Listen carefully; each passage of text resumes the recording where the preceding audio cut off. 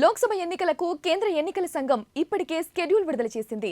లోక్సభతో పాటు ఏపీ, ఒడిశా, సిక్కిం, అరుణాచల్ ప్రదేశ్ రాష్ట్రాల అసెంబ్లీ ఎన్నికలకు షెడ్యూల్ విడుదల చేసింది. మొత్తం 7 దశల్లో ఎన్నికలు నిర్వహించనుంది. ఏప్రిల్ 19న మొదలయ్యే తొలి విడత పోలింగ్ జూన్ 1తో ముగుస్తోంది. జూన్ 4న ఎన్నికల ఫలితాలు వెల్లడిస్తామని ఈసీ ప్రకటించింది. అయితే తాజాగా అందులో కీలక మార్పులు చేసింది.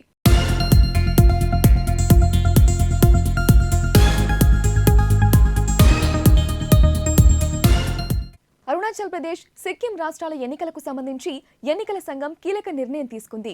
ఈ 2 రాష్ట్రాలకు సంబంధించిన కౌంటింగ్ తేదీల్లో మార్పులు చేసింది.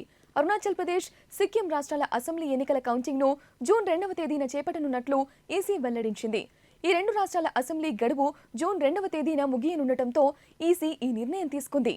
కాగా తొలి విడతలోనే అరుణాచల్ ప్రదేశ్, సిక్కిం రాష్ట్రాల్లో అసెంబ్లీ ఎన్నికల పోలింగ్ జరగనుంది.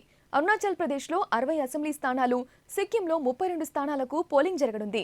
ఇక తెలుగు రాష్ట్రాల్లో 4వ దశలో భాగంగా మే 13న పోలింగ్ జరగనుంది. ఏపీలో లోక్సభతో పాటు అసెంబ్లీ ఎన్నికల పోలింగ్ జరగనుంది.